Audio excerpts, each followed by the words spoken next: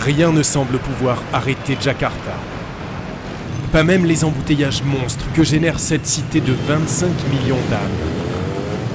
Grosse berline et 4x4 rutilants, enseigne de luxe non loin d'anciens bidonvilles, c'est le nouveau visage de la capitale indonésienne. Longtemps dans l'ombre de Singapour et Bangkok, la ville désormais la plus dynamique d'Asie du Sud est le nouveau berceau des millionnaires asiatiques, comme Donny Pramono. Tous les 2 ou 3 mois, un nouveau centre commercial sort de terre, rien que le long de cette route. D'ailleurs, cette route n'existait même pas il y a 1 an. Après des études aux États-Unis, il rentre au pays et crée Sursali, une chaîne de yaourts glacés. Portée par la croissance, 6% par an dans un pays de 250 millions d'habitants, le succès est fulgurant. À 31 ans, Donny dirige 41 enseignes et pèse 8 millions d'euros. Il y a un réservoir de population incroyable et des opportunités dans tous les secteurs. Avant, les gens n'avaient pas d'argent, maintenant ils ont les moyens. Il suffit de leur proposer n'importe quel nouveau produit pour qu'ils se jettent dessus. La classe moyenne indonésienne devrait doubler d'ici 2020 pour atteindre 140 millions de consommateurs. Le terrain idéal pour tout entrepreneur et l'occasion de bâtir des fortunes. Xavier Fabre en est le témoin direct. Donc ça, l'Azimut 116 pieds, c'est un bateau neuf qui vaut à peu près dans les 10 millions d'euros. Installé ici depuis 3 ans, il rachète des yachts de luxe aux Européens rattrapés par la crise pour les revendre aux nouveaux riches indonésiens. Le jacuzzi, Évidemment. toujours. J'ai vendu un bateau à un coiffeur qui a commencé il y a une dizaine d'années par monter un salon. Aujourd'hui, il a 250 salons, 10 écoles de coiffure.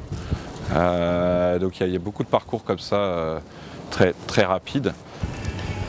Aujourd'hui, il a rendez-vous avec l'un de ses meilleurs clients, l'une des plus grandes fortunes du pays, le roi du téléphone portable, Hengki Setiawan. Parti de rien, ancien vendeur de cartes SIM dans la rue, il est aujourd'hui à la tête de la plus grande entreprise de télécom d'Indonésie.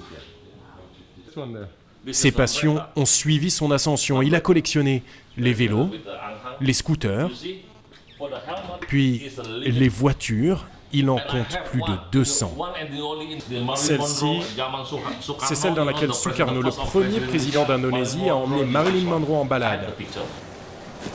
Les yachts sont sa dernière folie.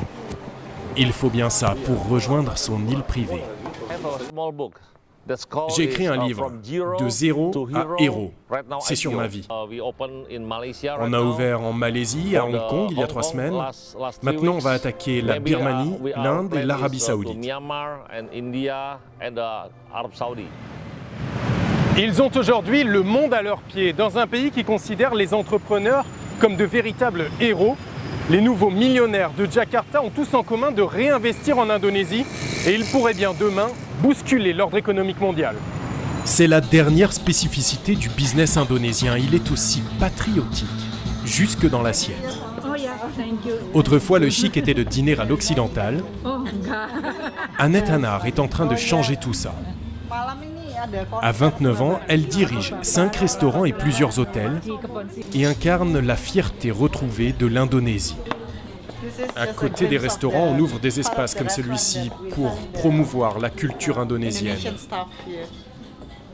On en oublierait presque que son premier emploi consistait à nettoyer les toilettes d'un café en Australie.